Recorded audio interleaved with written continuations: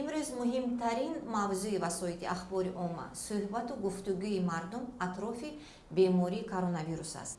ин як амали табиист. саволе пеш меояд ки мо чӣ тавр метавонем хавфу хатари сироятро кам кунем ва пеши роҳи паншавии бемориро гирем. се аломату нишонаи асосии ба вирус гирифтор шудан мавҷуд аст. ин баланд шудани ҳарорати бадан, сулфаи хушк ва дарди гулӯ бо нафастангӣ. беморӣ аз 5-6 то 14 рӯз давом мекунад. аз бемории коронавирус дар кадом мавридҳо сироят ёфтан мумкин аст? дар мавриди бо шахси бемор, яъне гирифтори бемории коронавирус тамоси наздик доштан, инчунин даст расонидан ба ҷойҳое ки вирус нишастааст, яъне ва бо ин васила ин дастонро ба чашм, бинӣ ва даҳон расонидан. ана ҳамин ду омил 99% сабаби беморӣ шуда метавонад. ин ду омилро бояд нағз дар хотир дошта бошем. чӣ кор карда метавонем то ки сироят наёбем? ҳамеша бояд бидонем ки дастонамон дар куҷо, оё онҳо тоза ҳастанд ё не.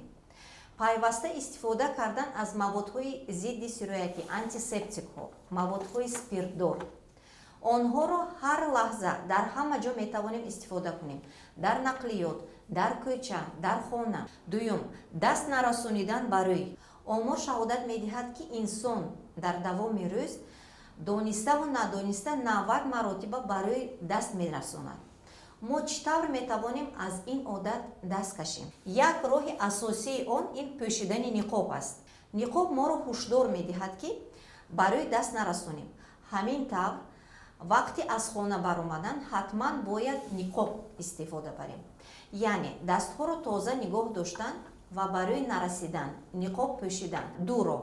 ду воситаи бисёр муҳим, ҳатто бениҳоят пуртаъсир ва самараноки ҳимоя аз беморӣ мебошад. таҷрибаи кишварҳое ки ба ин беморӣ бисёр мубтало шудаанд исбот менамоянд ки ин ду роҳ дар 99% ҳодисаҳо босамар мебошанд ва натиҷаи хуб медиҳанд. сеюм, риоя кардани масофа ё худ фосила. дар кӯча, дар мағозаҳо ҳатман фосиларо бояд риоя кунем. аз шахси ҳампаҳлӯ ва дигар одамон дар масофаи 1,5-2 метр бояд дур истем. албатта тарсу ҳарос дар бадани ҳар як инсон ҳаст, аммо аз тарсидан, аз ваҳму воҳима ягон корро ҳал карда метавонем? Не, беҳтараш бояд ҳушёр бошем. дар мавриди пайдо шудани нишонаҳо чӣ кор бояд кунем? аввалан бояд донем ки беморӣ дар 3 дараҷа мегузарад: сабук, миёна ва вазнин. вобаста аст аз миқдори вирусҳое ки ба организми мо ворид шудааст ва иммунитети бадан. дар 30 то 50% беаломат мегузарад ва ана ҳамин гурӯҳи одамон ба гирду атроф хатарноканд. барои чӣ? барои он ки беаломат мегузаронанд, вале шахсонро ба беморӣ сироят мекунанд. 85% ин беморон сабук мегузаронанд. агар нишонаҳои беморӣ мушоҳида шаванд, шахси беморро дар хонаи алоҳида аз дигар аҳли оила ҷудо бояд кард. ҳама аҳли оила қоидаҳои беҳдошт, он чӣ ки дар боло қоидаҳои беҳдошт гуфтем, онро бояд иҷро кунанд, риоя кунанд.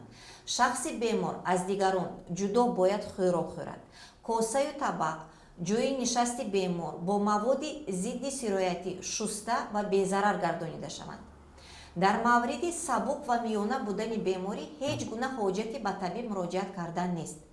танҳо дар ҳолати вазнин, дар ҳолати нафастангӣ ба духтурон муроҷиат кардан шарту зарур аст. боз мегӯем ки дар дигар ҳолатҳо ҳеҷ зарурате нест. хонаи алоҳида, бисёр нӯшидани оби гарм, тез тоза кардани ҳавои хона, ин аз шартҳои асосии муҳофизат ва шифо ёфтан. агар қоидаҳои гигиенаи шахсӣ, тозагию назофат риоя шавад, шахс бисёр об нӯшад, ҳавои хона доимо тоза бошад, дар муддати 2 ҳафта бемор комилан шифо меёбад. бинандагони арҷманд, аз шумо бо камоли эҳтиром хоҳиш мекунем ки дарҳол ба ташвишу таҳлуқа нафтед. дар ин мавридҳо аз рӯи маслиҳату тавсияҳои табибон амал кунед. худсарона ба беморхонаҳо наравед ва ба худтабобаткунӣ машғул нашавед. худ ва наздикони худро эҳтиёт кунед.